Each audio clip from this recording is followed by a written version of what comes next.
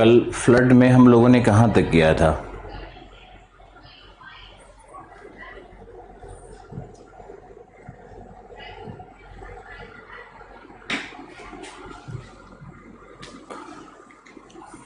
Flood में कहाँ तक किया था? एक थोड़ा हिंट दो। हमारा पानी बोतल कहाँ गया?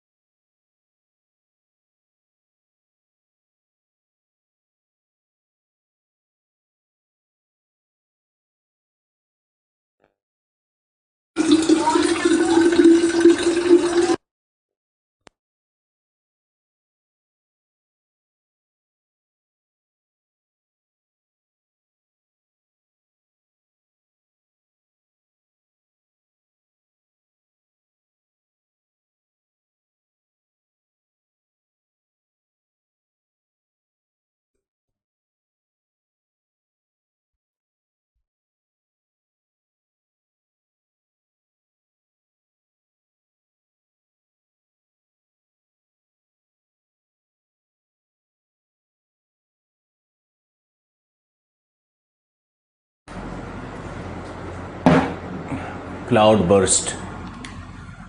ओके, क्लाउड बर्स्ट का 3 मैकेनिज्म बताया था मैंने। कितने लोग उसको लिख पा रहे हो? समझ पा रहे हो वो तो ठीक है, लेकिन लिख पा कितने रहे हो? क्योंकि वो जीएस के लिए इंपॉर्टेंट है।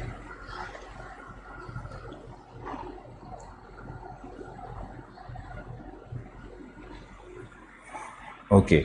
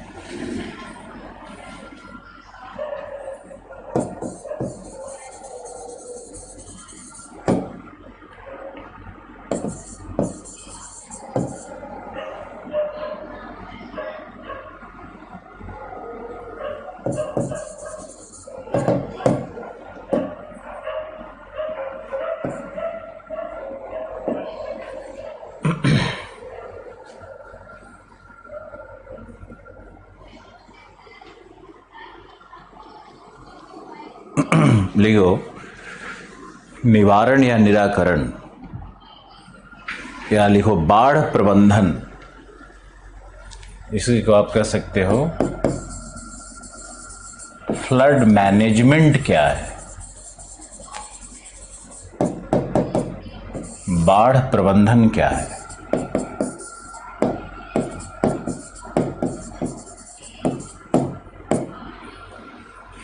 बाढ़ प्रबंधन क्या है, लिखो 1954 के भीषण बाढ़ के पश्चात, 1954 के भीषण बाढ़ के पश्चात national flood management programme, national flood management programme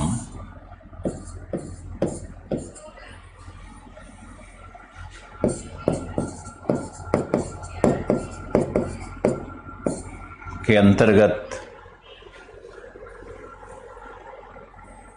3 उपागम दर्शाए गए या बतलाए गए, चिन्हित किए गए।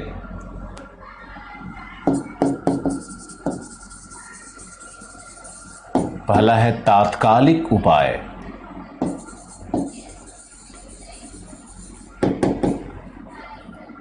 तात्कालिक उपाय,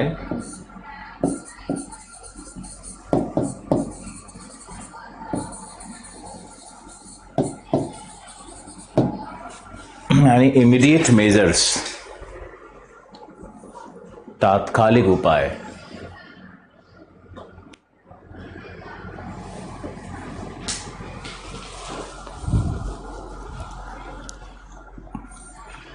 तात्कालिक उपाय यानी इमीडिएट मेजर्स।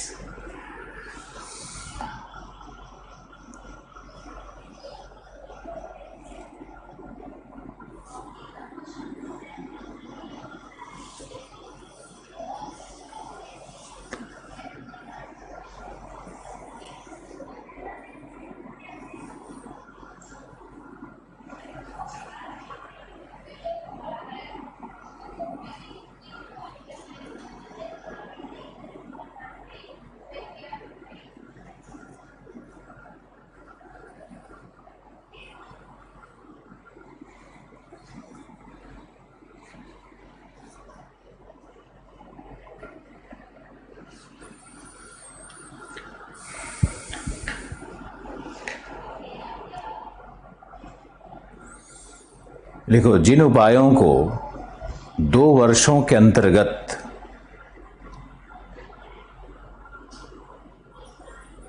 जिन उपायों को 2 वर्षों के अंतर्गत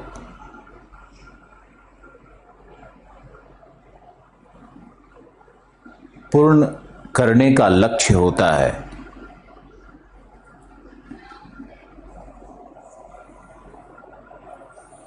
ये एक प्रकार के प्रोटेक्टिव मेजर्स हैं।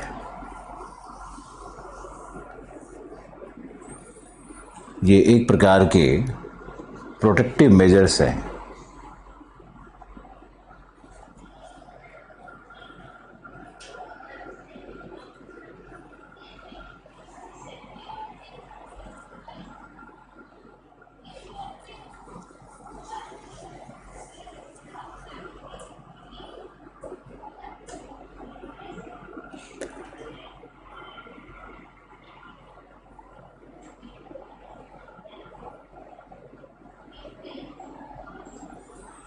यानी परिरक्षण विधियां हैं, पता नहीं प्रोटेक्टिव क्या होगा, परिरक्षण ही होगा, जिसके अंतर्गत बाढ़ प्रभावित जनसंख्या का पुनर्वास, दूसरा स्वास्थ्य सुविधाओं की उपलब्धता,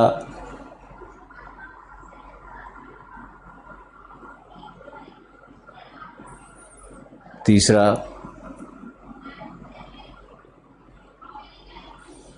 महामारी से बचाव,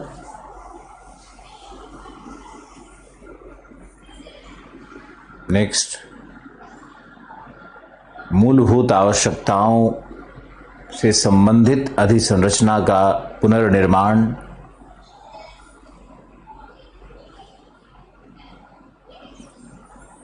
मूलभूत आवश्यकताओं से संबंधित अधिसंरचना का पुनर्निर्माण,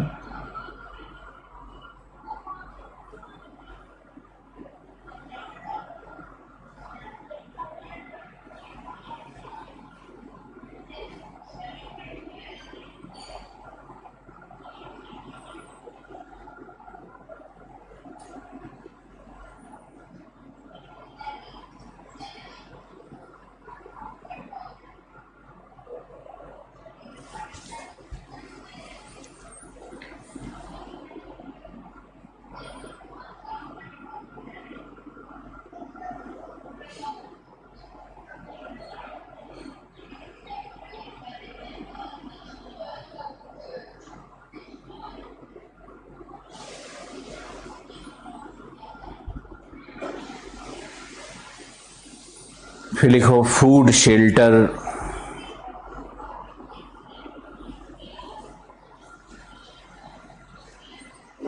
फूड शेल्टर, मेडिसिन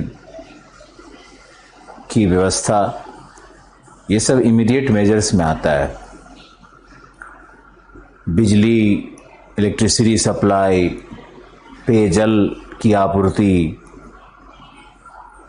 ये सब इमीडिएट मेजर्स में आता है। फिर लिखो short term measures, short term measures, short term measures में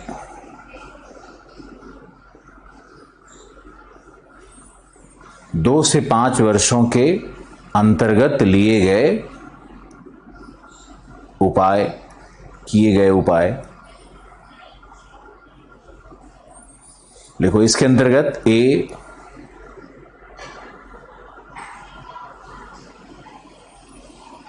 नदी के किनारे एम्बैंकमेंट्स का निर्माण करना, तटबंधों का निर्माण करना,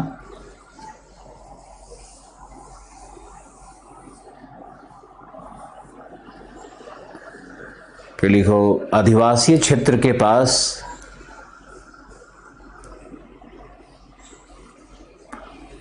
उच्च टीले, एस्पर, SPUR,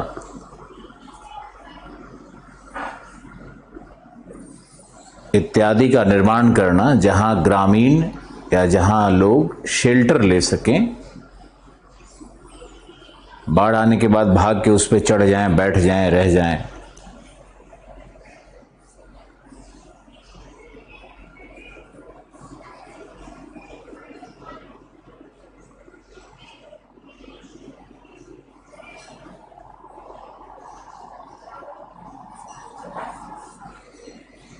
नेक्स्ट होगा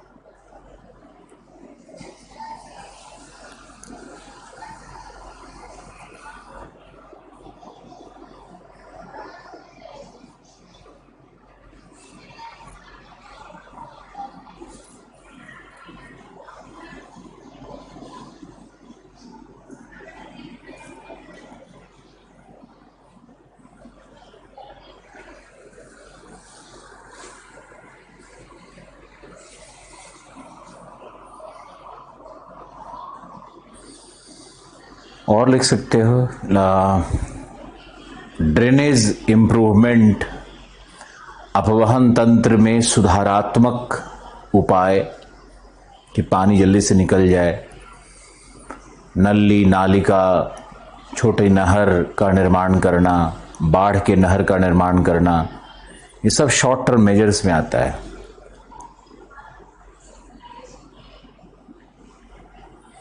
लिखो अर्थात यह प्रिवेंटिव उपाय है, मतलब जो फ्यूचरिस्टिक है, भविष्योन्मुखी है, बाढ़ आने के पहले की तैयारी है। प्रिवेंटिव समझते हो ना, प्रिवेंटिव और करेक्टिव। बाढ़ आने के पहले जो सारे उपाय आपने कर लिए वो क्या है? प्रिवेंटिव है। और बाढ़ आने के बाद डैमेज कंट्रोल करने के लिए जो आप कह रहे हो करोगे वो कहलाएगा करेक्टिव। जो गलत हो गया उसको सही करना होता है प्रिवेंट करना। तो जो शॉर्ट टर्म मेजर्स है इससे मोस्टली प्रिवेंटिव है। अब लिखो लॉन्ग टर्म मेजर्स, दीर्घकालिक उपाय।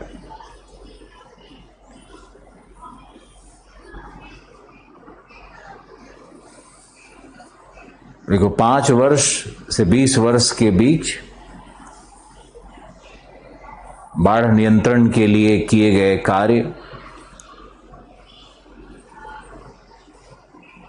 कार्यों का लेखा जोखा,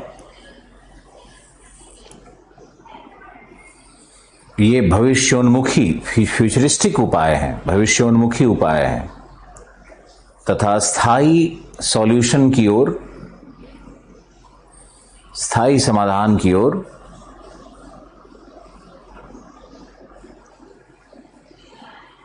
क्या इंगित करते हैं। जैसे चेक डैम्स, रिजर्वायर, बांध, छोटे बांध, जलाशय इत्यादि का निर्माण। दूसरा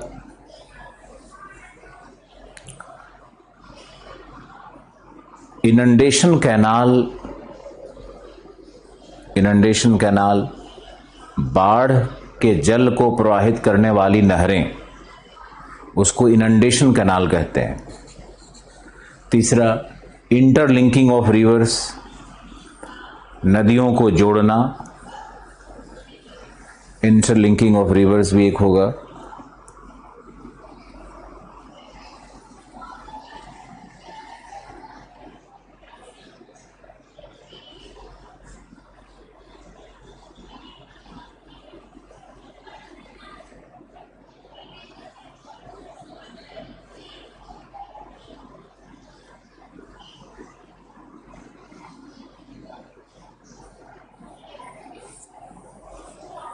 interlinking of reverse.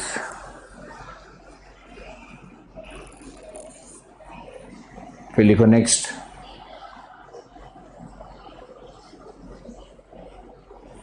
Dismemberment of the river channel, नदी मार्ग का वितरिकाओं में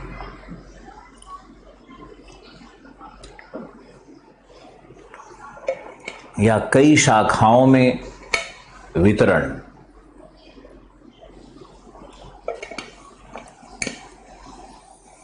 या प्रशाखीकरण भी लिख सकते हो। एक नदी आ रही है, उसकी छोटी छोटी कई चैनल्स उससे काट के निकाल दो, डिसमेंबरमेंट ऑफ द रिवर कहते हैं। फिर लिखो वैली डीपनिंग, घाटी कर्तन, डिसिल्टेशन, अवसादों को बाहर निकालना, नदी घाटी की गहराई को बढ़ाना।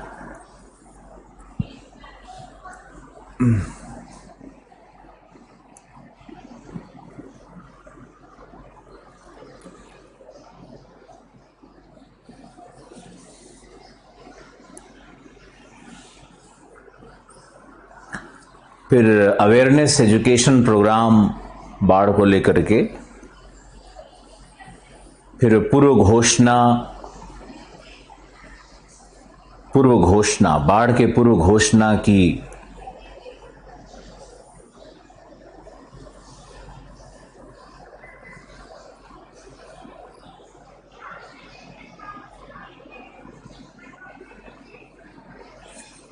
घोषणा की तैयारी।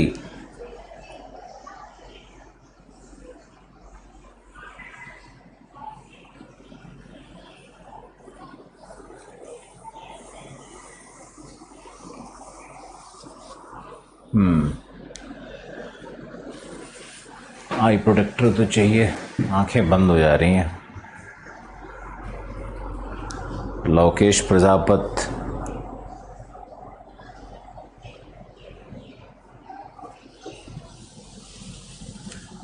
अधिसंरचना क्या है? अरे अधिसंरचना मतलब इंफ्रास्ट्रक्चर।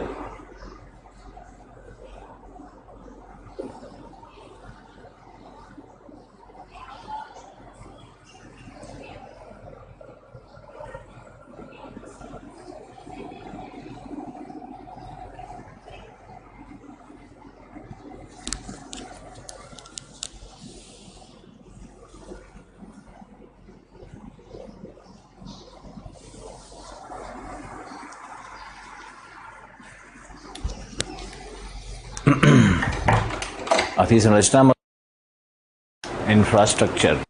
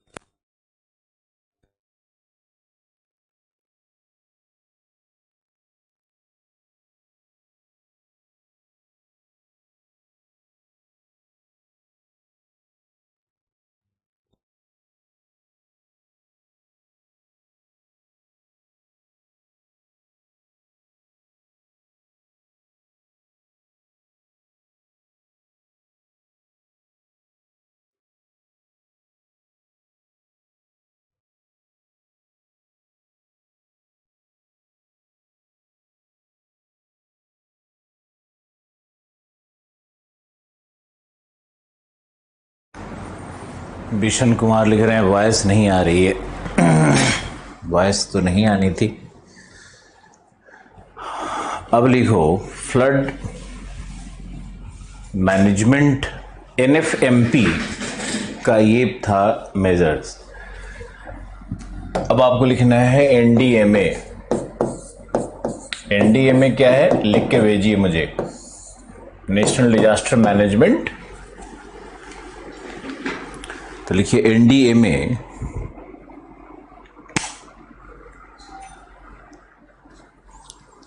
एनडीएमए के द्वारा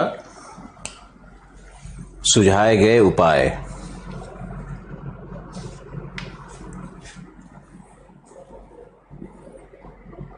सबसे पहला लिखो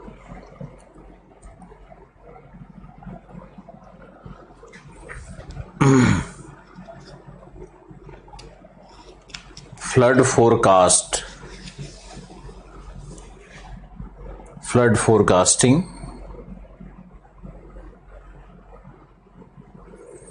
लिखो, यह सेंट्रल वाटर कमीशन के द्वारा 1958 में प्रारंभ किया गया।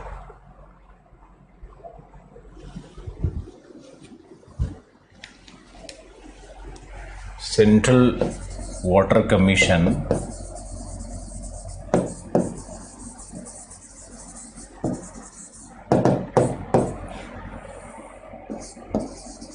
केंद्रीय जल आयोग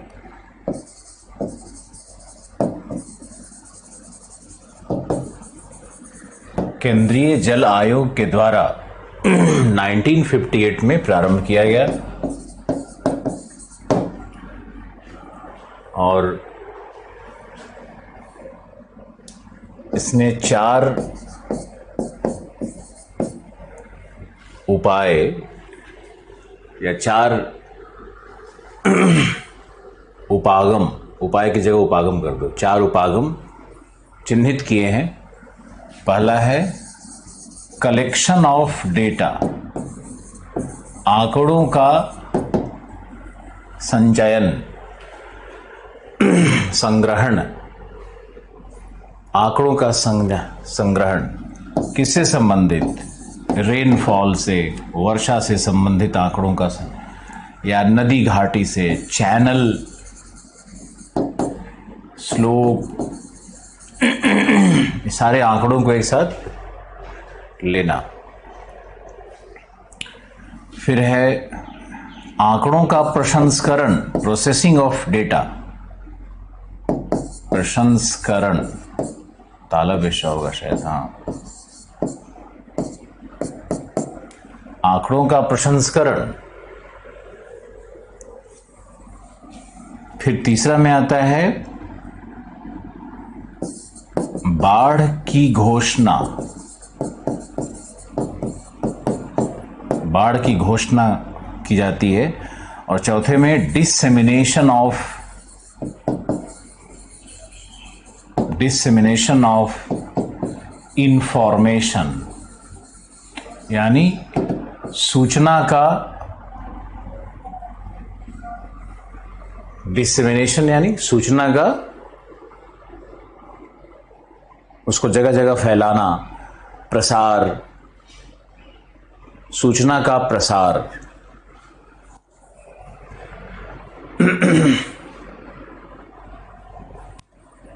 आगे लिख सकते हो कुछ और फैक्ट। भारत में कुल 134 सेंटर्स हैं, केंद्र हैं, 134 केंद्र हैं फ्लड फोरकास्ट करने के, तथा यह नेटवर्क 14 राज्यों में कार्य करता है और एक union territory,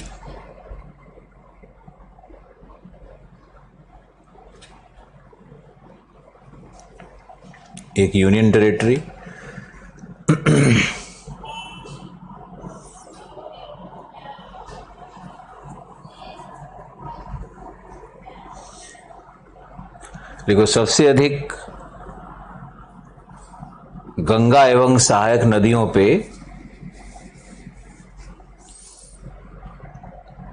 flood forecasting stations का निर्माण हुआ है।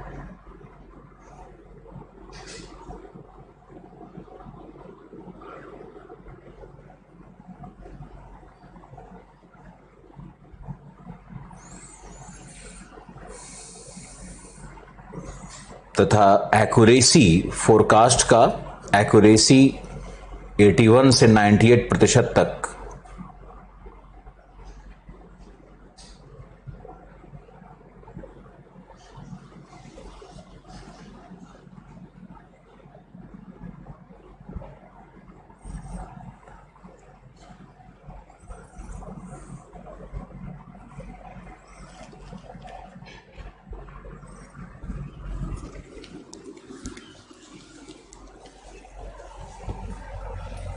पहला है फ्लड फोरकास्टिंग, दूसरा मेजर लिया जाता है, उपाय लिया जाता है रिडक्शन ऑफ रन ऑफ। फिर लिखो, इसका मतलब है प्रवाह अथवा अपवहन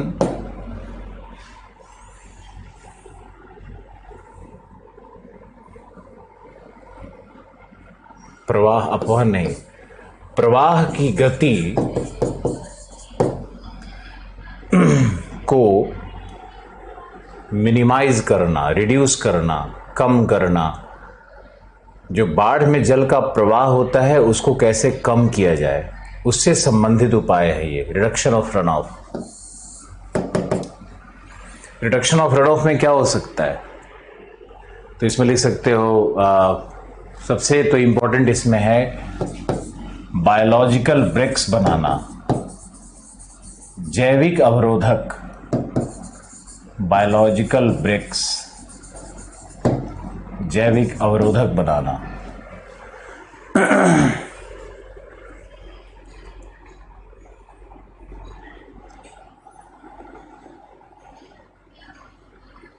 बायोलॉजिकल ब्रेक्स, जैविक अवरोधक बनाना।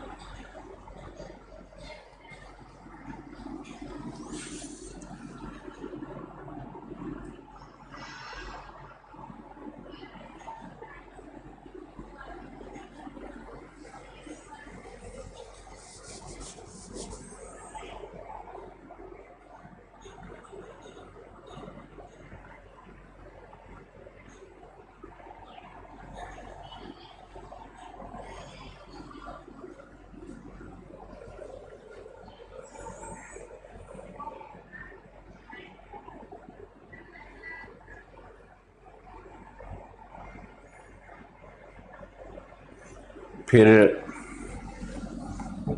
वन का एफॉरेस्टेशन, वानिकी, afforestation.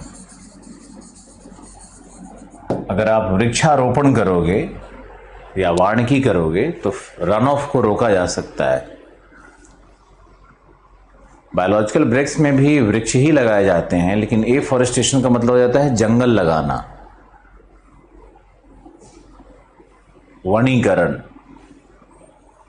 Reduction of run of. बाढ़ के जल की जो गति है ना, वो रन ऑफ के कारण ही मृदा अपरदन और उस फोर्स को कम करना होता है, जल के प्रवाह के फोर्स को कम करना। तो रिडक्शन ऑफ रन ऑफ हो गया। तीसरा इसमें लिखो डैम एवं डिटेंशन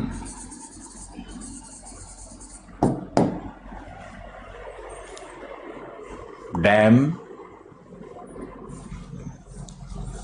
एवं डिटेंशन बेसिन्स का निर्माण करना, रिजर्वायर का निर्माण करना,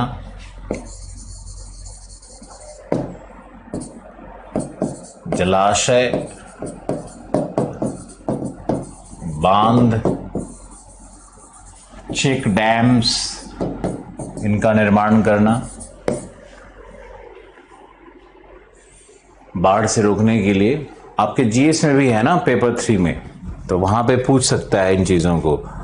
तो वाटर कमीशन का भी एक बता दिया, अब एनडीएमए का भी एक बता दिया, बता रहे हैं आपको। चौथा मेजर है बाढ़ के स्तर को घटाने के लिए रिडक्शन ऑफ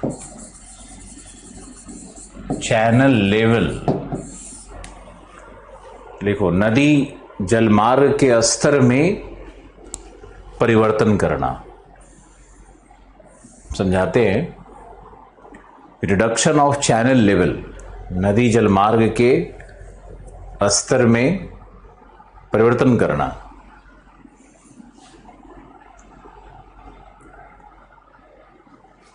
उसके लेवल में परिवर्तन करना। लिखो इसके अंतर्गत चैनल के गहराई को बढ़ाना, चैनल के गहराई को बढ़ाना, चैनल का प्रशाखीकरण करना, डिसमेंबरमेंट ऑफ चैनल, चैनल का डिसमेंबरमेंट करना, प्रशाखीकरण करना। फिर है डिसिल्टेशन करना,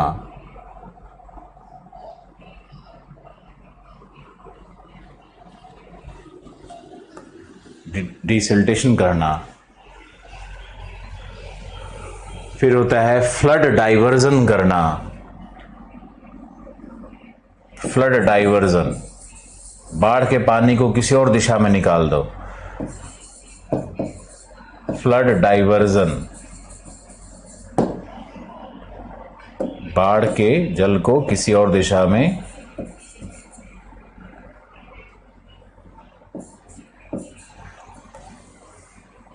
दिशा परिवर्तन करना, फ्लड डाइवर्जन करना। कैसे हो सकता है ये? तो डाइक बना करके, तटबंध बना करके, नहरों को बना करके, इसमें लिख सकते हो बाढ़ नहर का निर्माण, बाढ़ नहर का निर्माण, तटबंध बना करके, वही सब जो पहले बताया है उसी को डिफरेंट सेट में ऑर्गेनाइज कर रहा है। तो मुझे लगता है अगर पूछ दे कि भाई एनडीएमए का अप्रोच क्या है, वाटर कमीशन का अप्रोच क्या है, ऐसा करके अगर जीएस में पूछ दिया तो आप वहाँ मात नहीं खाना है। वहाँ आपको लिखने का पैटर्न अलग हो रहा है, लेकिन बाकी मोर और लेस वही चीज़ें हैं। और ज्योग्राफी में अगर ये प्रश्न आए तो आपको short term measure, immediate measure, ये वाला लिखना है। ध्यान से सुना आपने? ज्योग्राफी में अगर आएगा तो short term measure, immediate measure वाला ही लिखना है।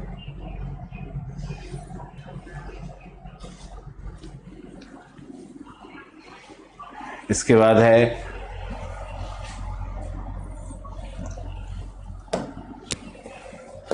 होता है फ्लड प्लेन जोनिंग। ये इंपॉर्टेंट है। पांचवा है ये flood plain zoning, FPZ। FPZ क्या है? लिखो इसके अंतर्गत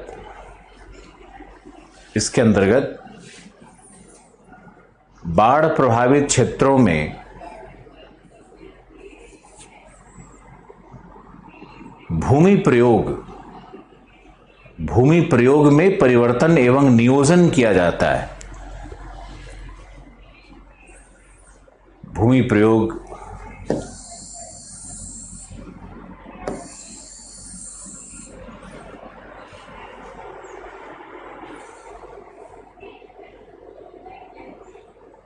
प्रयोग में परिवर्तन एवं नियोजन किया जाता है। जैसे इसको देख के समझो, मान लो कि ये नदी है, तो नदी का ये जो भाग है, विसर्प का भाग है, नदी इसी भाग में इस तरह से घूमती है और इसी भाग से ये नदी कटाव करती है ना। ये जो इसका अगर नदी का अगर तुम देखोगे तो विसर्पण करती है नदी, तो इसी भाग में फ्लड कॉज करेगी। यानी ये जो भाग आई है और जे है और ये जो के है, इसी भाग में फ्लड, तो ये फ्लड अफेक्टेड एरिया यही होता है। इसी भाग में फ्लड की संभावना ज़्यादा होती है। हमने भूआकृति विज्ञान में शायद अभी चैनल मॉर्फोलॉजी तो रह गया था, कोई नहीं, लेकिन आप इसको ध्यान से देखो कि जो पानी का फ्लो होता है ना, ये पानी का फ्लो इधर होता है, फिर पानी का फ्लो इधर ऐसे आएगा, इधर आएगा, फिर पानी का फ्लो ऊपर की ओर जाता है। तो ये पानी का फ्लो जिधर है उधर ही फ्लड आता है। तो ये होगा फ्लड प्रोन एरिया। यहाँ पे बाढ़ प्रभावित होगा, ये बाढ़ संभावित होगा। ये भाग क्या होता है, ये भाग जैसे उसके इधर तो फ्लड है, तो नदी का जल इधर मुड़ रहा है, तो ये क्या होता है, ये कहलाता है स्लिप ऑफ जोन। ये तुम्हारा स्लिप ऑफ जोन। यहां पर होता है निक्षेपण। डी मतलब निक्षेपण, ई मतलब इरोजन। तो यहीं इसी भाग में हम लोग क्या कर सकते हैं कि स्लिप ऑफ जोन में जो हमने डॉट डॉट डॉट बना दिया, यहां पर हम लोग बना सकते हैं चारागाह क्षेत्र, है ना। ये चारा, हमारी गाय भैंस बकरियां यहां पे चारागाह क्षेत्र हो जाएगा। अब यहां पर हम लोग बना सकते हैं कृषि वाला क्षेत्र, और यहां बना सकते हैं विलेज सेटलमेंट्स। तो कभी बाढ़ नहीं आएगा, है ना। ये जो हमने बना दिया, ये हो गया कृषि के लिए उपयोग, भूमि प्रयोग है, और ये है अधिवास, है ना। तो यहां पर अधिवास हो जाएगा।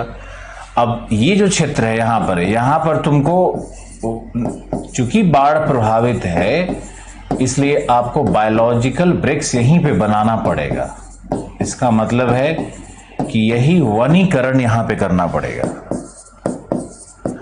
तो ये है हमारा वनीकरण का क्षेत्र। यहां इस तरह से इसके किनारे किनारे वाले भाग में, यहां पर नदी के इस भाग में वन आप लगा सकते हो, और यहां पर फिर चारागाह क्षेत्र रख सकते हो, चारागाह क्षेत्र रख सकते हो, गाय भैंस आपका। तो ये है flood prone zoning, sorry flood plain zoning. कितना लोग इसको समझा, मुझे बताओ। कहां पर किस प्रकार का भूमि प्रयोग करें कि फ्लड से कोई नुकसान ना हो। बायोलॉजिकल ब्रिक का मतलब है, जैसे मैंग्रोव है, मैंग्रोव एक बायोलॉजिकल ब्रिक है, वृक्ष है बायोलॉजिकल ब्रिक है।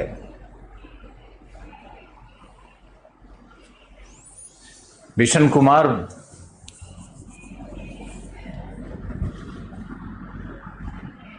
देखिए इसको ड्रॉ करिए, और ड्रॉ करते ही मुझे बताइए कि ड्रॉ हो गया है। इसी तरह से डायग्राम के आगे वाले भाग में भी आपको बताना है, बनाना है।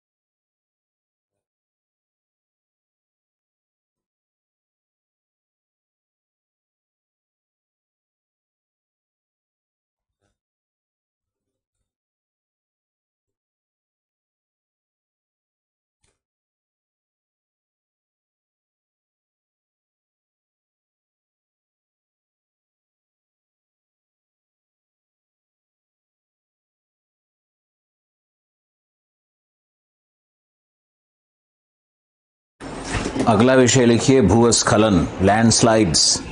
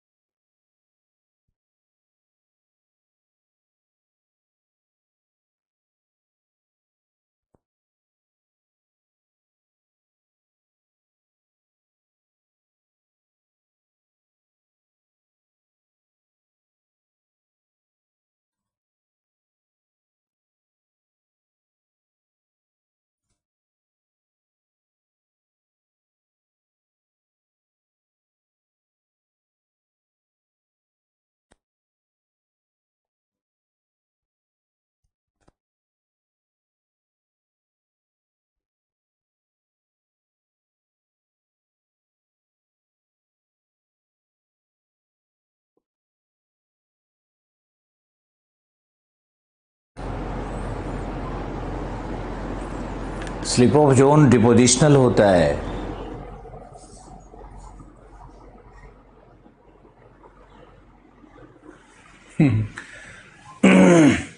आप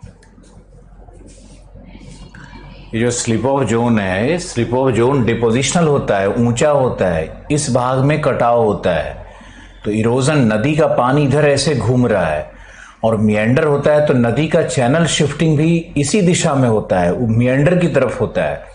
मिएंडर के कॉनकेव भाग की ओर, मिएंडर के विसर्प के अवतल भाग की ओर पानी का ज्यादा फोर्स होता है। ऐसे मान लो कि आप रोटेशन देखोगे, तो रोटेट करोगे तो पानी तो इधर से फोर्स क्रिएट कर रहा है ना, इसीलिए फ्लड प्रोन होता है एरिया। यहां पे आपको वही बनाना पड़ेगा। आप इस डायग्राम को और बनाइए, यहां पर वृक्ष लगाने पड़ेंगे आपको, यहां पर आप चारागाह रखिए और यहां पे आप विलेज बनाइए, या यहां पर इंस्टीट्यूशनल एरियाज को आप बनाइए। यहां पर आप बना सकते हैं, ये हो सकता है आपका इंस्टीट्यूशनल एरियाज। इंस्टीट्यूशनल एरिया संस्थागत क्षेत्र बन सकते हैं। यहां आपको या तो वृक्ष लगा दो या फिर ये चारागाह क्षेत्र के लिए इस तरह से छोड़ो, ओपन फील्ड छोड़ दो, इधर बाढ़ नहीं आएगा। अगला विषय लिखिए लैंडस्लाइड। अगर ये डायग्राम पूरा हो गया तो बताइए।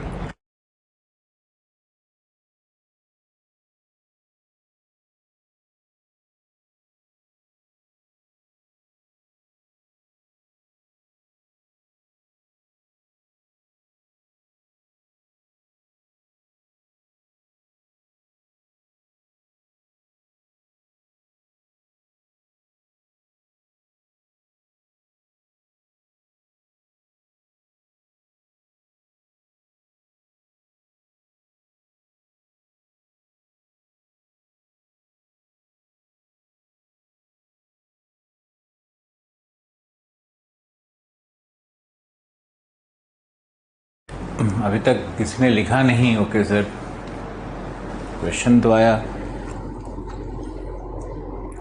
प्रांशु लिख रहे हैं, अच्छे से स्पष्ट हो गया। स्वाति प्रिया डन सर, रिया जोशी डन। ओके,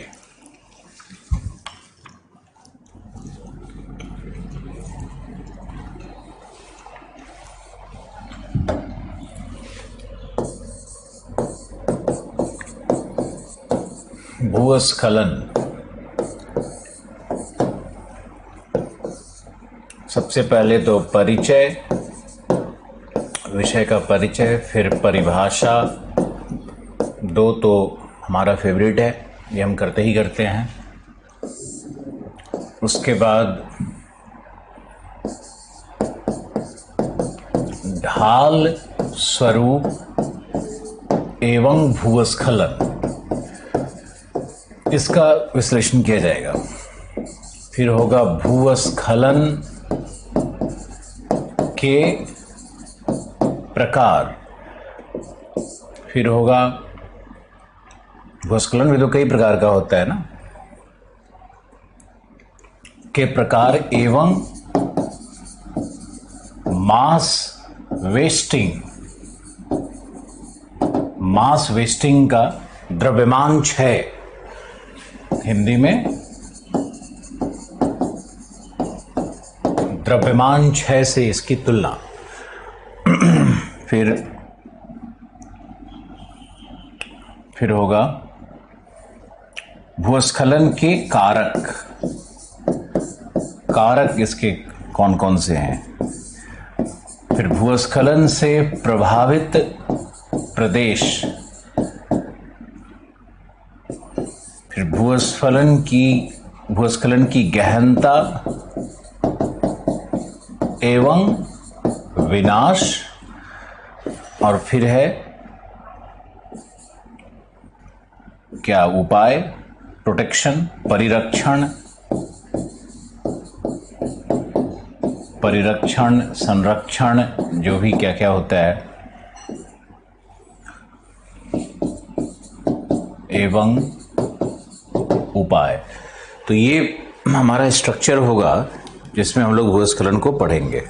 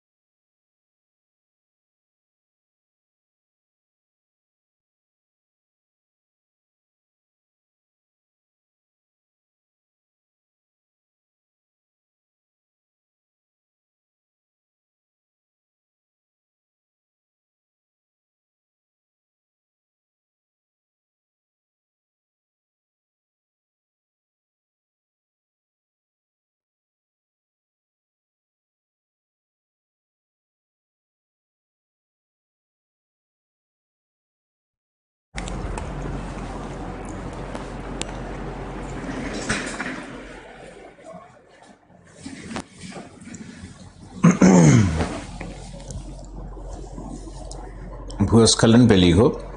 सामान्य विषय है, लेकिन अगर विषय आ जाए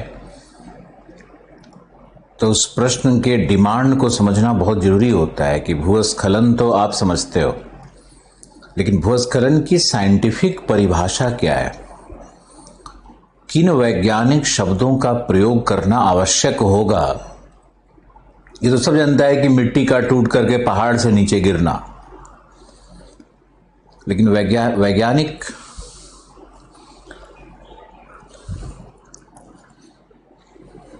वैज्ञानिक शब्दावलियों का प्रयोग।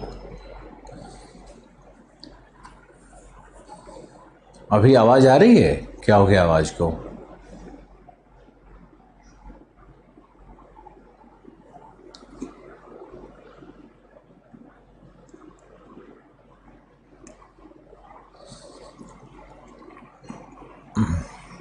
आवाज आ रही है? नहीं, जल्दी बताओ।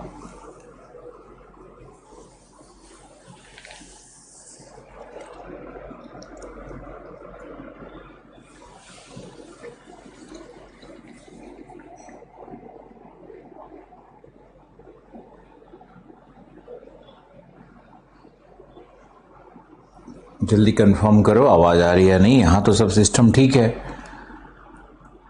अब स्वाति प्रिया ने लिख दिया आवाज नहीं आ रही है। All okay. कई बार ना आपका अपना नेटवर्क, अपना मोबाइल का भी कुछ इश्यूज रहता होगा शायद, जो मुझे लगता है। तो आप एकदम से अचानक से मत लिखा करो आवाज नहीं आ रही है। हाँ, तो हम ये कह रहे थे कि मान लो भूस्खलन, अब हम प्रश्न कैसे आएगा उसकी व्याख्या करते हैं। जैसे हम लोगों ने अभी तक पढ़ा है समकालीन समस्याओं में अर्थक्वेक के प्रश्न कैसे आएगा। लिखो, प्रश्न को लिखो। तो प्रश्न का एक सीरीज लिखो। मैंने तो इंडिया फिजिकल से लेके सभी टॉपिक्स पे अब तक 50 से 70 क्वेश्चंस का सेट बना करके आपको भेज दिया है। और 50 से 70 क्वेश्चंस के अलावा बहुत सारे क्वेश्चंस वो हैं जो यूपीएससी ने पूछे हैं, तो आपके पास प्रैक्टिस करने के लिए बहुत कुछ है ना। तो अब लेकिन आपको एक हम कॉन्टेम्पररी इशूज में अप्रोच बताना चाहते हैं, क्योंकि हम लोग अब इसको लैंडस्लाइड में ही खत्म करेंगे। देखो, अर्थक्वेक पर अगर प्रश्न आएगा तो जो जियोलॉजिकल मैप मैंने आपको दिखाया 5 जोन, उसी को बाद में 4 जोन कर दिया है, तो वो उस मैप का अच्छा स्टडी आपका होना चाहिए। कोई भी प्रश्न आएगा तो उसी मैप से संबंधित आएगा। और दूसरा क्या होता है कि उपाय क्या है, कौन कौन से मेजर्स लिए जाएं जिससे कि प्रिवेंशन हो सके और करेक्शन हो सके। दो तरह के उपाय होते हैं, preventive measures, corrective measures. Damage हो गया है, अर्थक्वेक आ गया है, तब आप क्या कर सकते हो? प्रिवेंटिव मेजर्स तब तो काम नहीं करेगा, तब काम करेगा करेक्टिव मेजर्स कि जान माल की जो क्षति हुई है उसको कैसे मिनिमाइज किया जाए, उसको कैसे कम किया जाए। और फिर तो ऑलवेज अपने अंदर में रखना कि उपाय बताने में प्रोटेक्टिव मेजर्स, प्रिवेंटिव मेजर्स, ये दोनों का प्रयोग करना है।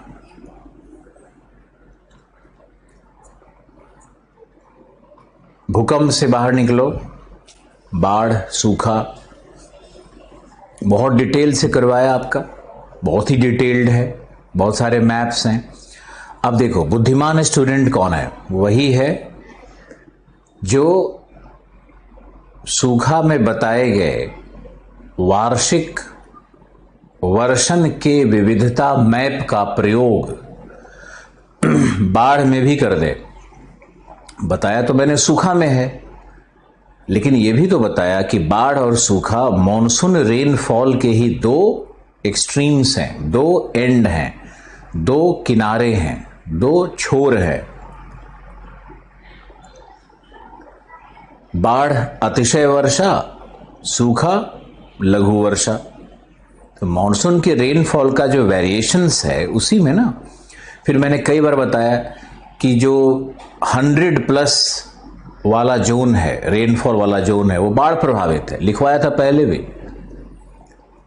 अब 100 सेंटीमीटर आइसो हाइट का एक मैप भी हो सकता है। 75 सेंटीमीटर आइसो हाइट को मैंने बताया कि ये सूखा संभावित क्षेत्र, सूखा संभावित क्षेत्र को दर्शाता है, ड्रॉट प्रोन एरिया को यही दिखाता है। तो समवर्षा रेखाओं का प्रयोग करना, वार्षिक विविधता के मानचित्र का प्रयोग करना, ये सब बहुत इंपॉर्टेंट है आपके लिए। बाढ़ से क्या पूछेगा? बाढ़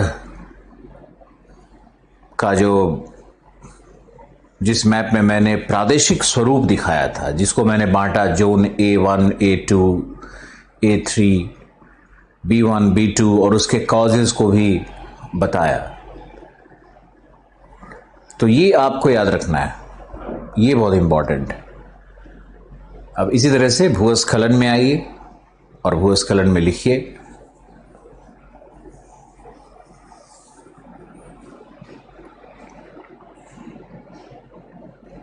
संरक्षण परिरक्षण के उपाय पे जरूर जाना है।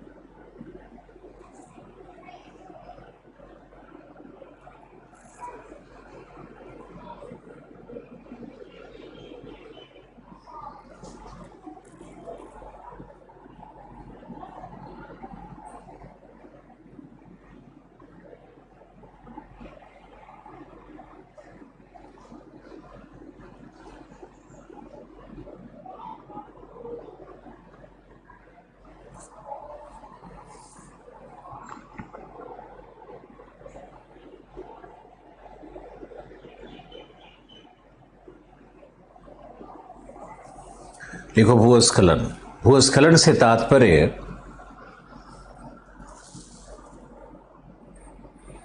पर्वतीय प्रदेशों अथवा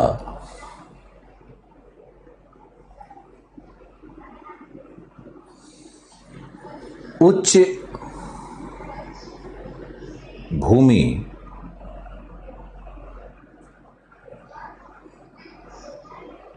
या उच्च ढाल से निम्न ढाल अथवा बेसिन द्रोणी अथवा घाटी की ओर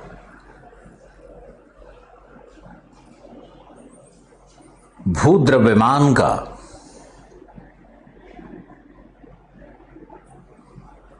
गुरुत्वीय प्रभाव से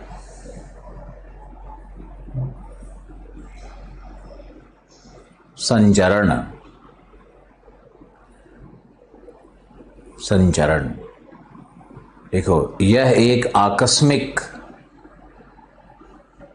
एवं त्वरित परिघटना होने के कारण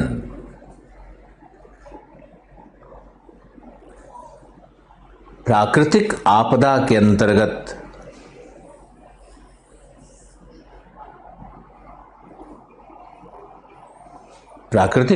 के अंतर्गत गणित किया जाता है।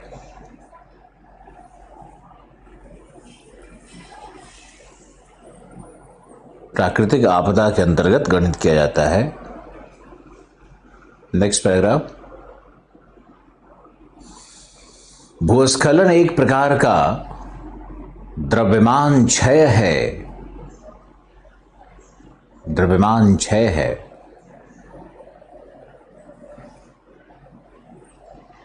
परंतु इसकी गति, फेरोसिटी,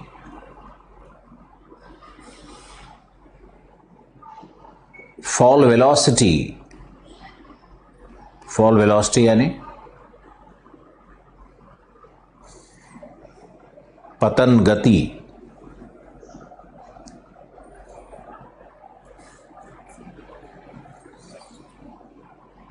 तीव्र होने के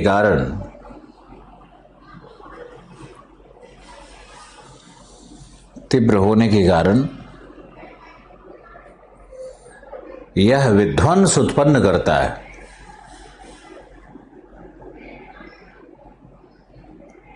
वैज्ञानिकता के साथ लिखिए आगे। लिखो,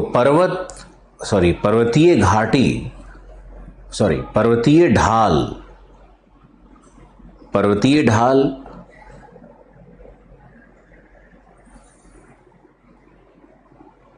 घाटी रेखा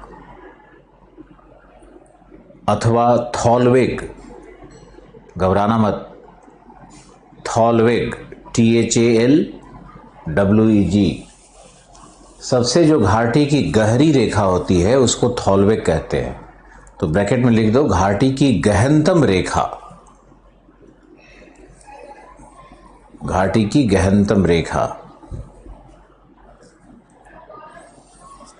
आपने लिखा पर्वतीय ढाल घाटी की गहनतम रेखा अथवा थॉलवेग के साथ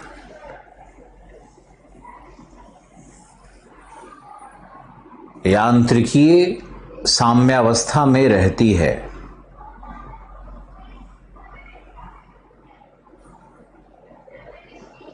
परंतु यदि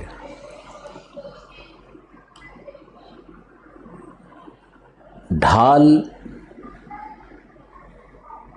में किसी भी प्रकार का परिवर्तन किया जाए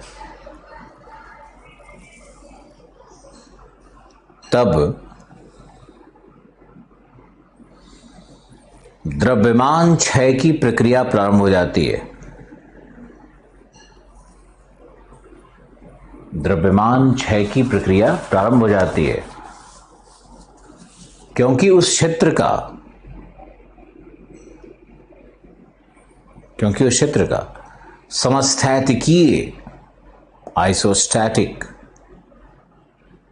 समस्थैतिकीय संतुलन आइसोस्टैटिक बैलेंस डिस्टर्ब हो जाता है।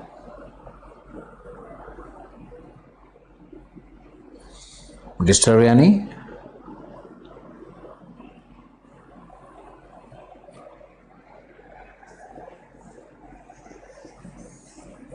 विभंगित हो जाता है या विभंग हो जाता है।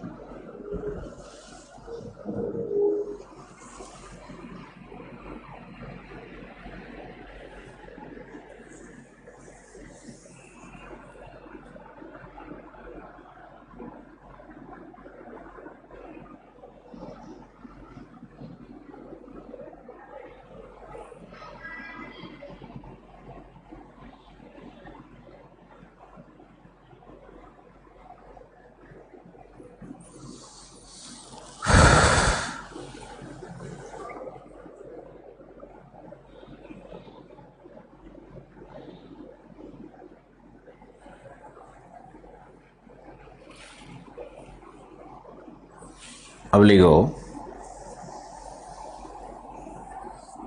भूस्खलन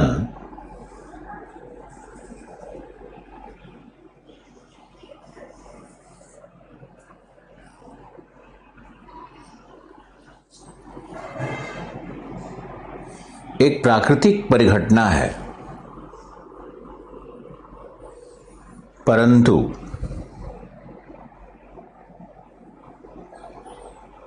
मानव जनित क्रियाओं के कारण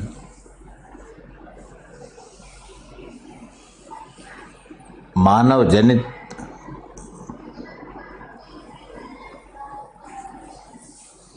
क्रियाओं के कारण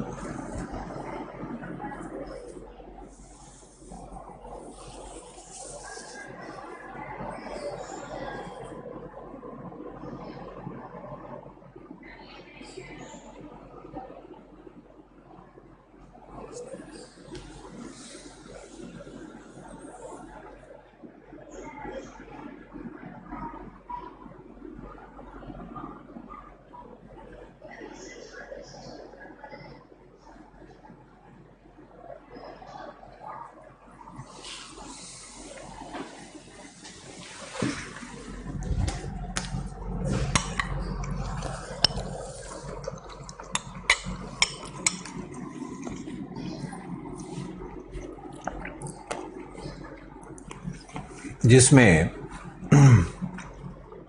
मृदा अवसादी पदार्थ,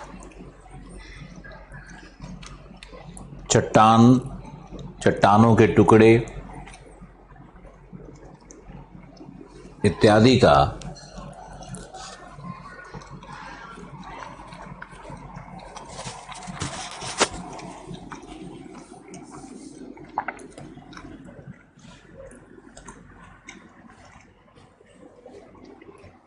का अधः पतन प्राप्त होता है।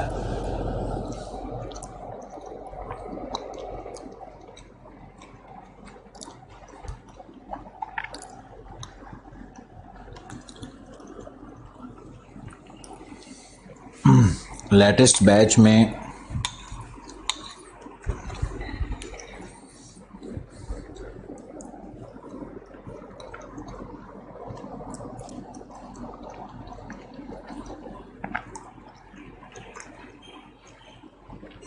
कश्मीर घाटी में सूखा का क्या कारण है, आपके कुछ क्वेश्चंस ले लेते हैं।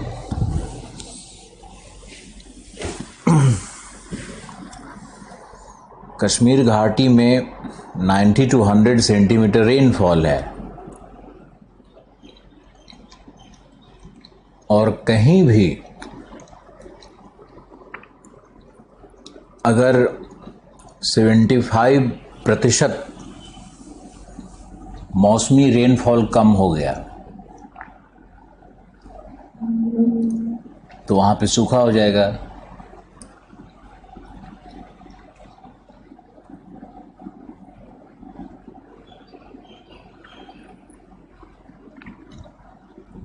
कश्मीर घाटी में दो कारण है, मॉनसून के रेन का कभी कभी कम हो जाना और दूसरा ड्रेनेज का फास्ट होना, तेजी से जल का निकास तंत्र है, तो ये भी एक कारण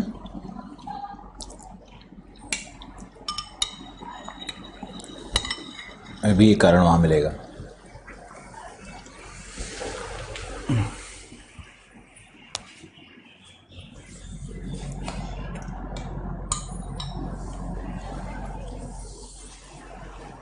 अब देखिए ढाल का विश्लेषण करते हैं। भूस्खलन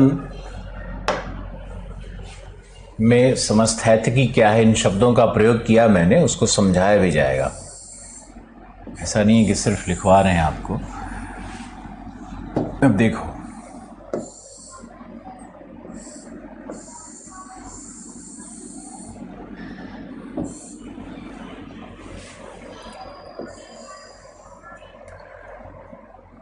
ये जो भाग है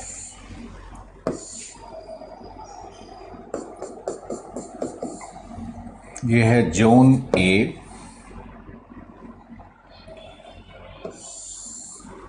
थोड़ा सा मॉडिफिकेशन करते हैं इनको।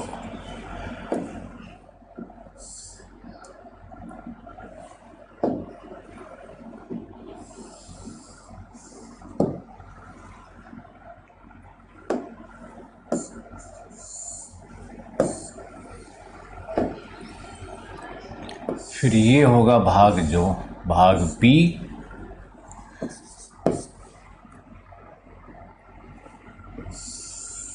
फिर ये है तुम्हारा सी, फिर this is your D and E. ये पर्वतीय ढाल है, ये जो आप देख रहे हो ना, ये पर्वतीय ढाल है। इसी को हम लोग कहते हैं हिल स्लोप। अब हिल स्लोप का ये जो है, ये क्या है, ये है घाटी, यानी इसको हम लोग कहते हैं अवतल, ये अवतल ढाल है। तो अवतल द्रोणी का ये भाग है, और ये भाग कहलाता है हीव जोन। हीव जोन जो कि एक तरह का निक्षेपण, ये निक्षेपण ढाल है, जहां पर निक्षेपण होना है।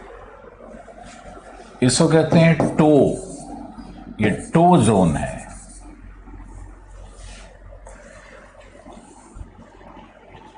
ये होता है तिर्यक ढाल, शायद तिर्यक दीर्घ होगा, पता नहीं। तो ये तिर्यक ढाल है, ये कहलाता है टो जोन। ये कहलाता है स्लिप इन जोन।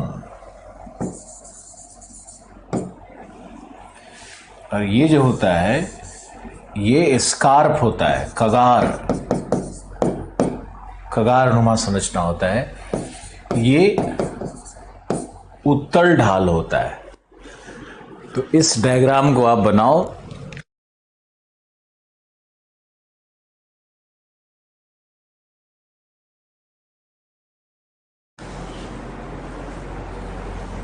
इसको स्लिप सरफेस जोन कहेंगे, इसको हेड कहेंगे, हेड जोन।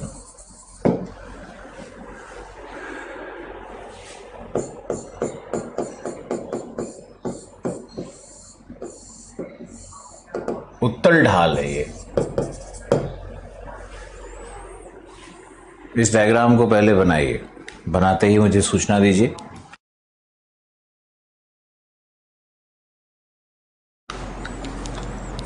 फिर एक्सप्लेन करते हैं, समझाते हैं।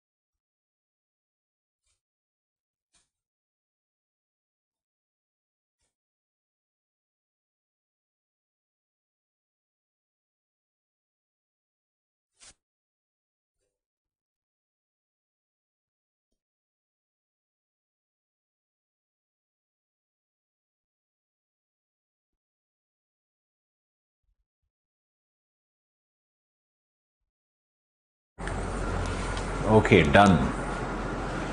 आप लोग कभी मूसली को दही में डाल करके खाए हो? दही और गुड़ में मूसली डाल के, कॉर्नफ्लेक्स नहीं,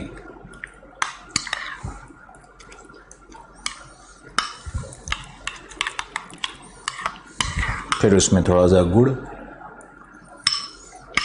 प्रीबायोटिक है ये।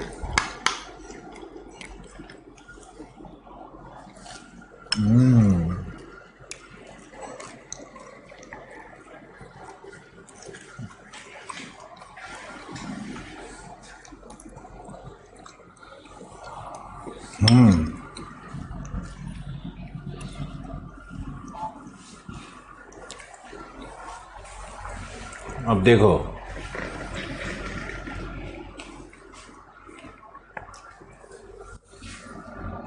मान लो यहां पर वर्षण है, ध्यान से देखो, अति वर्षा हो रही है, तो जो सेडिमेंट्री पार्ट है ना,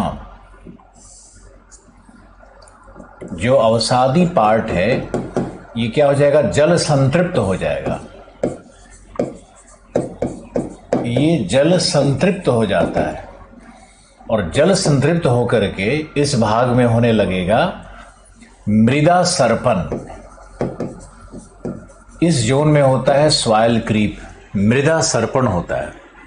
मृदा सर्पण का क्या अर्थ है? पर्वत के उच्च भाग में अति वर्षा से अवसादी चट्टानें, चट्टानें नहीं, अवसाद मृदा जल को अवशोषित करके और लूज होकर के, असंगठित होकर के उच्च ढाल से निम्न ढाल की ओर धीरे धीरे खिसकने लगती है। तो ये चट्टान को भी तोड़ेगी, अवसाद भी यहाँ से निकलना शुरू होगा। तो उससे क्या होता है कि ये सारा यहाँ पे टूट करके गिरता है। अब पर्वत के इस भाग में ढाल तीव्र होता है, ये भाग तो ऐसे होता है, लेकिन यहां ये ढाल तीव्र होता है, तीव्र भाग है ढाल का, ये कगार है ये। तो यहां से बहुत तेजी से नीचे गिरता है, इसलिए इसको स्लिप सरफेस कहते हैं। पर्वत का जो मध्य भाग है, मध्य ढाल है, वो लंबवत होता है। तो यहां से बहुत तेजी से ये सारा मटेरियल नीचे की ओर गिरा। जहां पर जाकर के गिरा वही भाग टो जोन कहलाता है। तो टो जोन क्या हो गया? Maximum impact zone. अधिकतम इंपैक्ट यहीं पर पड़ेगा, क्योंकि यहीं पे डायरेक्ट गिर रहा है ना, इसलिए यहां पर ये मैक्सिमम इंपैक्ट जोन बनेगा।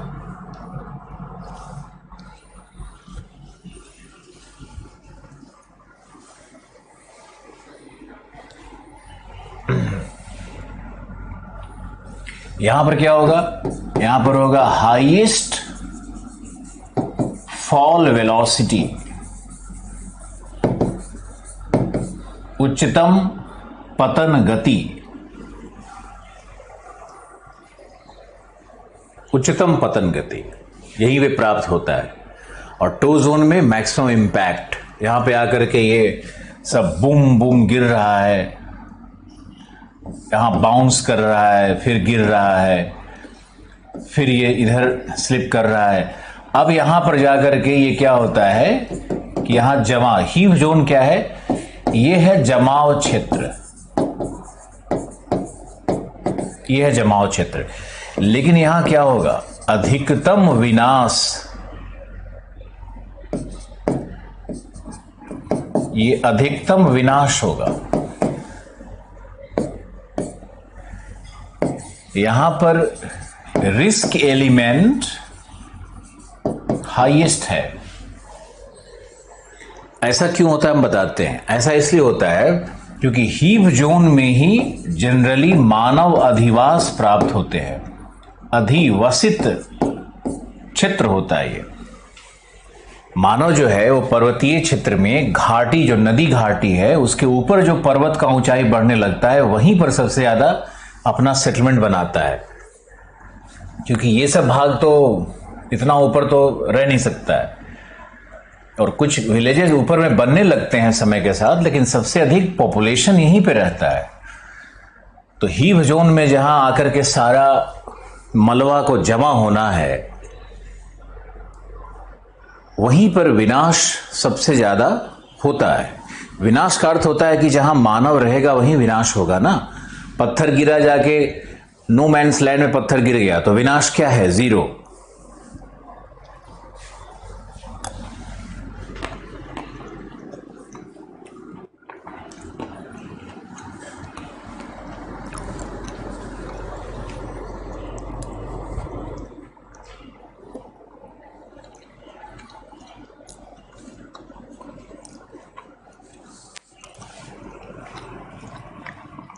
मूसली बहुत सारे ग्रेन्स का बना हुआ होता है।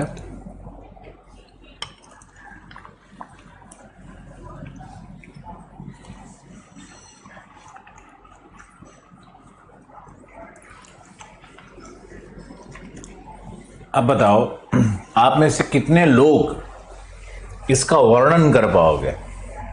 सारा की पॉइंट्स लिखा हुआ है। एग्जामिनेशन में इसका वर्णन करने नहीं आएगा। अगर आ रहा होता तो हम जरूर लिखवा रहे होते, लेकिन इसका वर्णन आएगा नहीं। लेकिन आपको अब अगर नंबर ज्यादा लाना है तो ये करना पड़ेगा, ये विश्लेषण आपको करना होगा।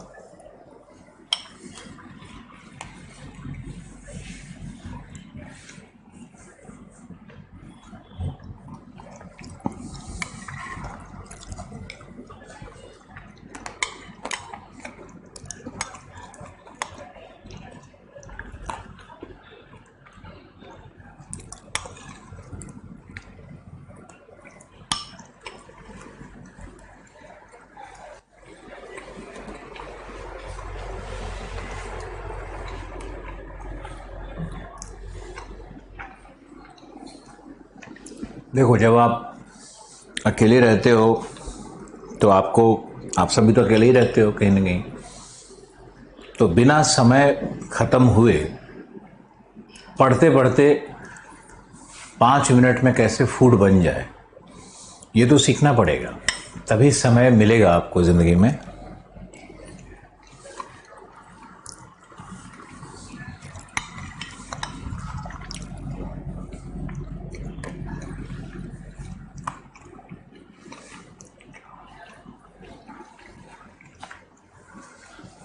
ये मॉडल कितने लोग समझ गए?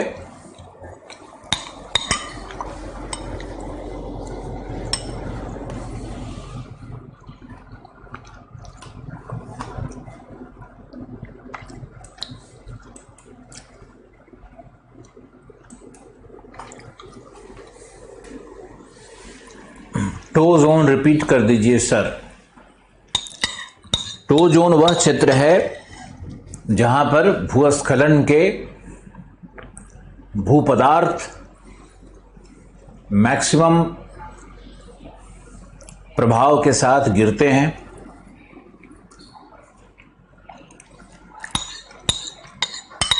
और उसके बाद ही नीचे लुढ़क करके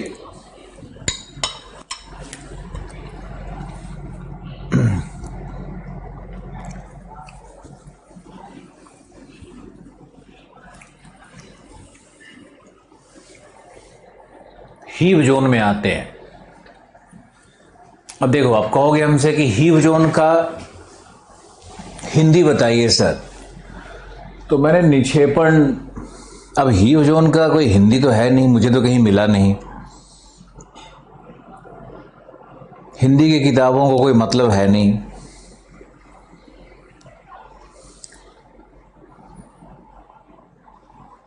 तो आप हीव जोन ही लिखो।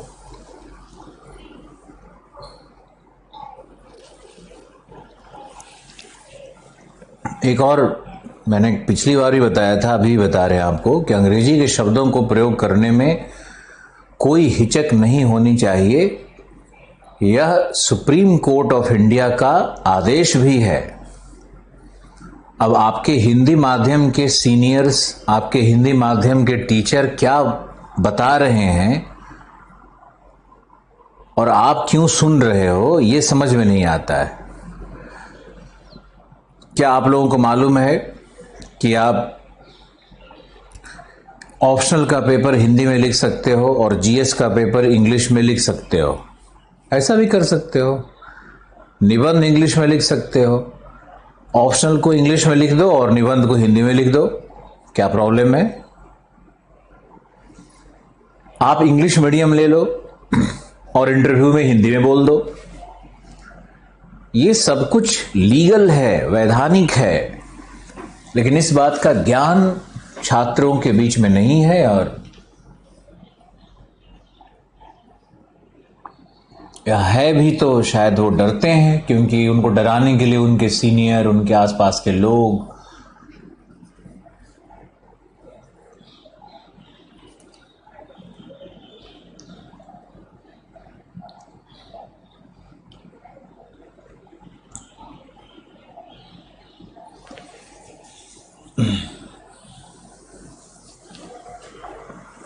तो ये ढाल विश्लेषण था हमारा।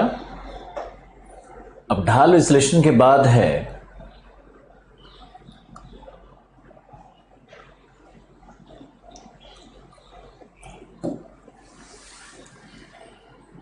भूस्खलन के प्रकार। भूस्खलन के प्रकार। तो लैंडस्लाइड का कई प्रकार होता है। एक होता है रॉक फॉल, फिर एक होता है डेब्रिस फॉल।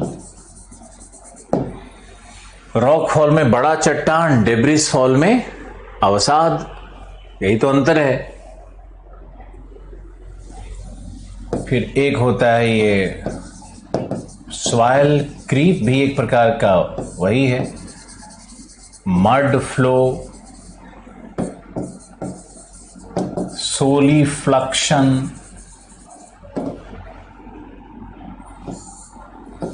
एंड इसी में कर दो कॉन्जेली फ्लक्शन।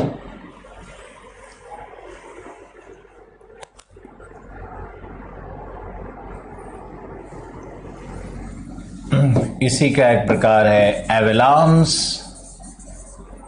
इसको बोलते हैं हिमस्खलन। हिमस्खलन में रेड जोन, ब्लू जोन और ग्रीन जोन। एवलांस क्या होता है?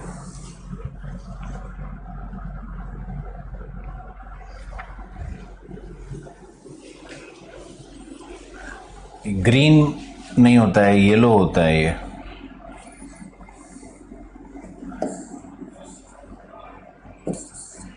Yellow zone.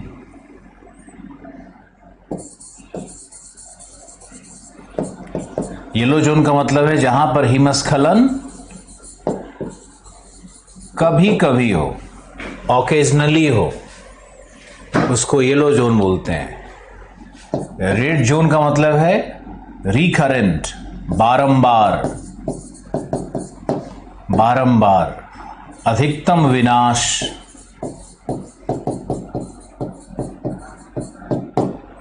अधिकतम विनाश रेड जोन होगा। और ब्लू जोन आप समझ ही सकते हो।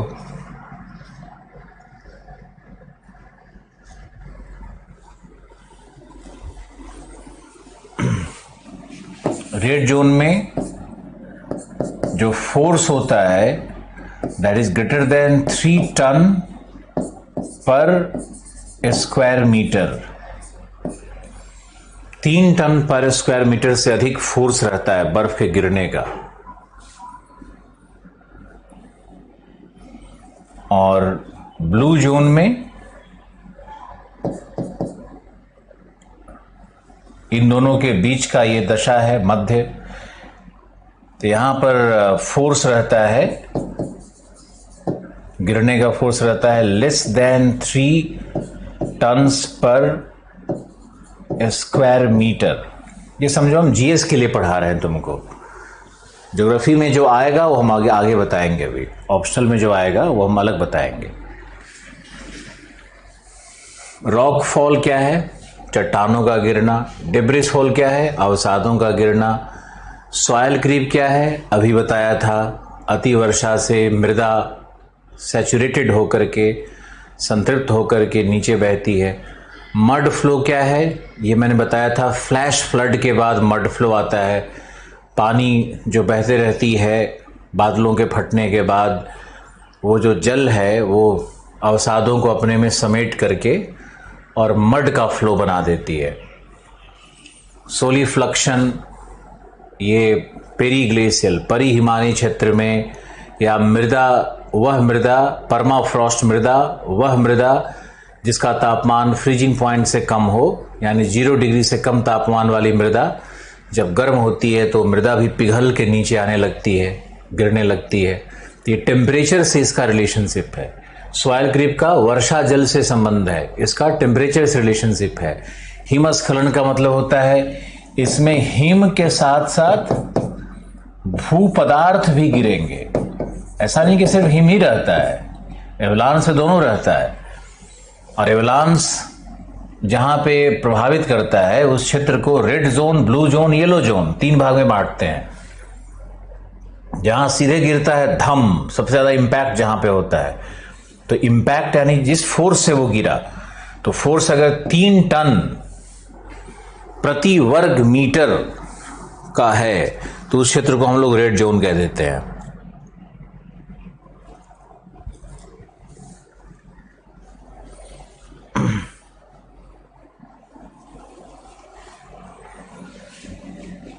रेड और ब्लू में अंतर क्या है? रेड ब्लू में कोई भी मानव कार्य की अनुमति नहीं होती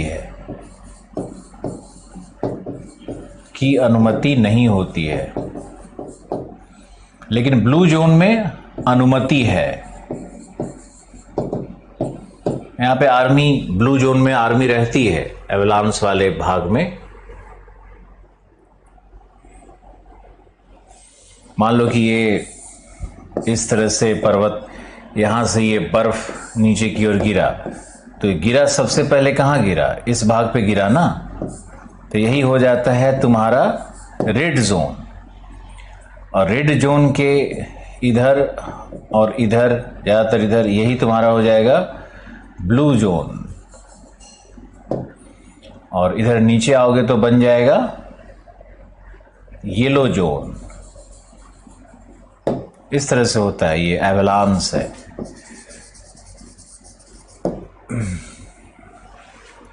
मान लो कि एवलांस पर ही कोई प्रश्न आता है, तो ये एक डायग्राम जीएस के लिए पढ़ा रहे हैं, ये ज्योग्राफी में आने की संभावना नहीं है, एवलांस आपके सिलेबस में नहीं है। इसलिए इसमें कोई भी ये सोचेगा कि सर बहुत ज़्यादा नहीं लिखवा रहे हैं, कम लिखवा रहे हैं, नोट्स नहीं बन पा रहा है, तो उसकी बेवकूफ़ी है।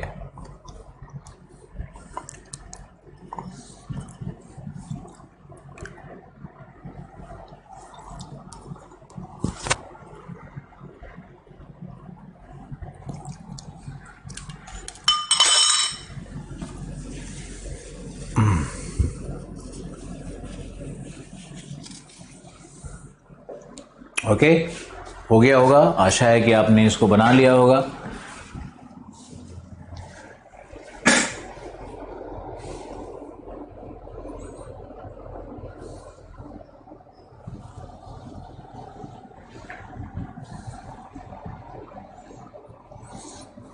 कब्बू मीना लिख रहे हैं कि सर मैं सीनियर से कभी नहीं पूछती।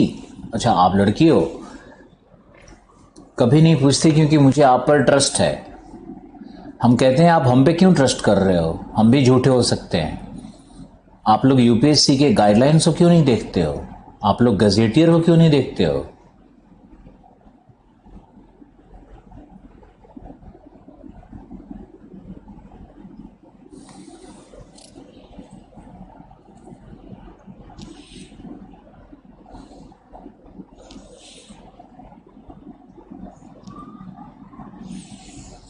Okay, done.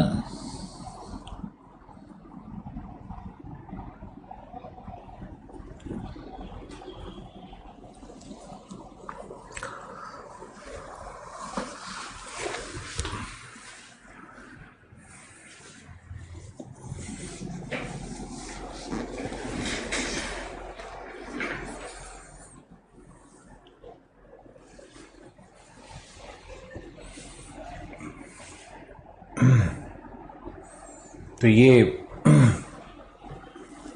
क्या लिख दिया है, लैंड स्लाइड नहीं यार, ये भगवान क्या हो गया मुझे, लैंड स्लाइड।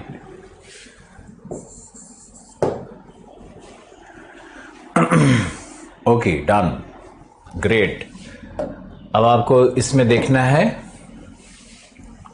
भूस्खलन के प्रकार हो गया। अब भूस्खलन के कारक कौन से हैं, तो आइए और लिखिए भूस्खलन के कारक कौन से हैं। सबसे पहला कारक है मीटियोरोलॉजिकल, मौसम संबंधी। मौसम संबंधी में क्या होगा, इसमें होगा जैसे अतिवर्षण, अतिवर्षण या हिमपात या क्लाउड बर्स्ट, बादलों का फटना, या तड़ित झंझा, पता नहीं झंझा, तड़ित कैसे लिखाएगा, तड़ित झंझा, थंडर स्टॉर्म, थंडर स्टॉर्म। तो मीटरोलॉजिकल एक और हो सकता है थंडर एंड लाइटनिंग,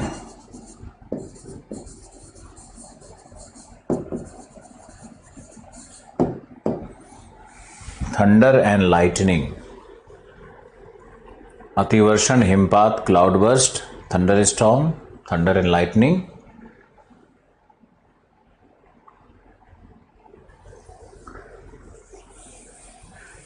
ओके,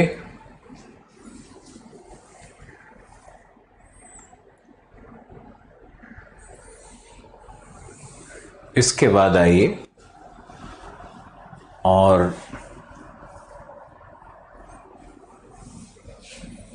दूसरा होगा हाइड्रोलॉजिकल, जलीय या जल तंत्र से संबंधित। इसमें कारक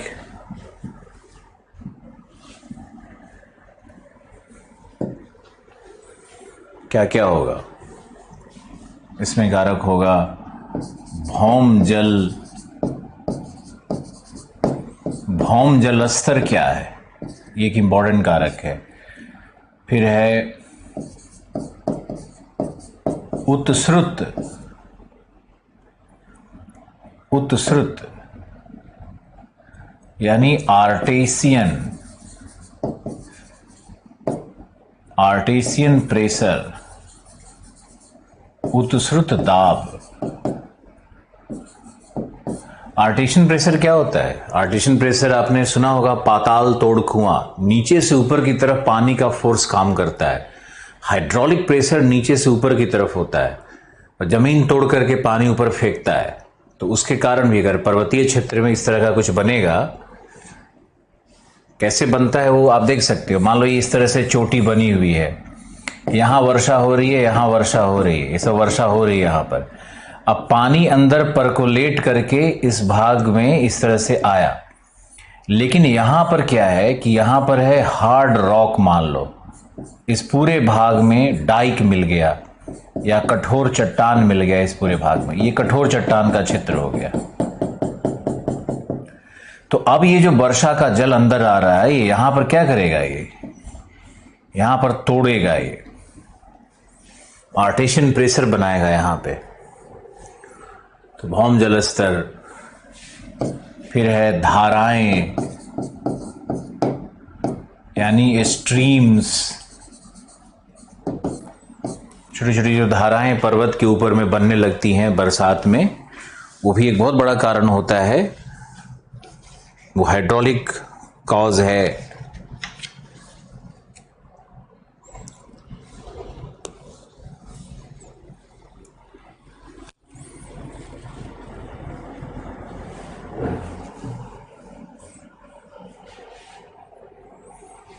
फिर होगा टोपोग्राफिकल,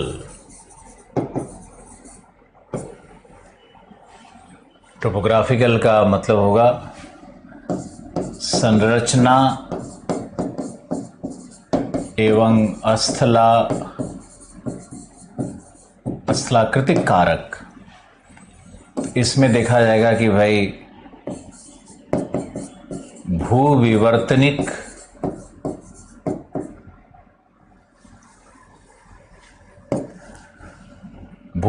विशेषताएं, मतलब संधियां, चट्टानों में संधियां हैं या चट्टानों में भ्रंश है, चट्टानों में दरार है,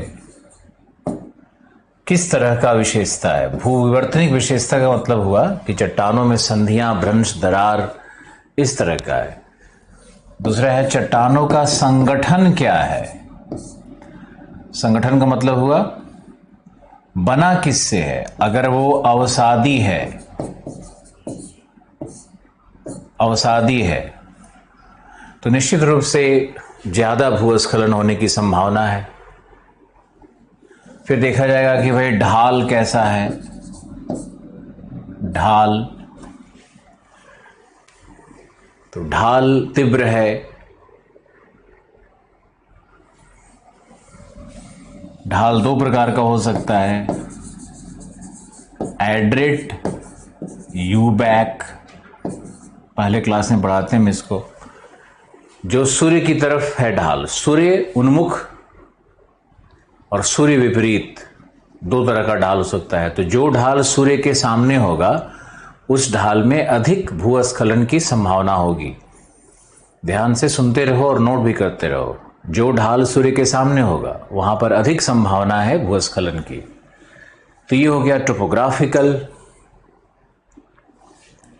कारक का वर्णन अगर करें तो कुछ इस तरह से करें। इसके बाद होगा जियोलॉजिकल, यानी कि भूगार्भिक कारक। भूगार्भिक कारक अब कौन से हैं इसको भी समझना है। तो ये तो बहुत आसान है। भूगार्भिक कारक में भूकंप,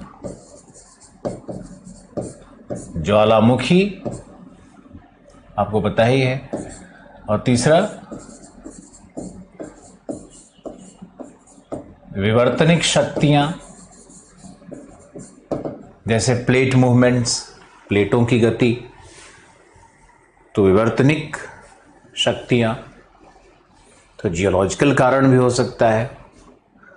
और एक जो सबसे अंत में कारक है, तो हमारा कारक का संख्या कितना हो गया, ए, बी, सी, डी, 4 कारक हो गया।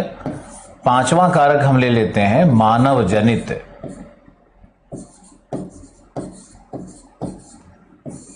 मानव जनित, एंथ्रोपोजेनिक। एंथ्रोपोजेनिक कारक। तो मानव जनित कारक में क्या होगा,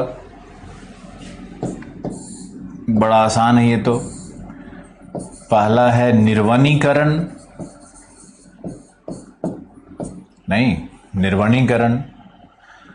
दूसरा है मानव का इंजीनियरिंग वर्क्स।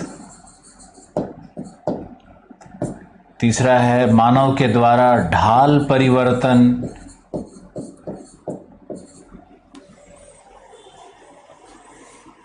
मानव के द्वारा ढाल परिवर्तन।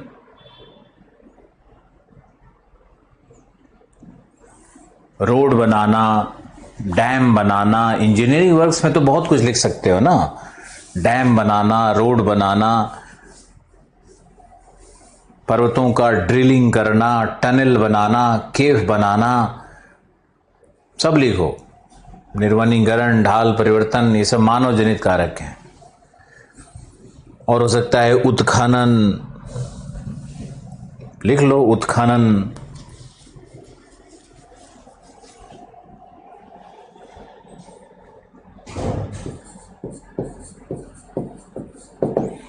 उत्खनन करना। तो ये हमारे कारकों का लिस्ट है। फिर भूस्खलन पे भी आपको हम बहुत सारा डिटेल्स दे रहे हैं। कारण बार बार बताया जा रहा है कि जीएस का पर्सपेक्टिव इसमें है। हम चाहते हैं कि आप जीएस में भी अच्छा लिखो, अच्छा करो। आज के लिए इतना ही। बहुत बहुत धन्यवाद। Thank you.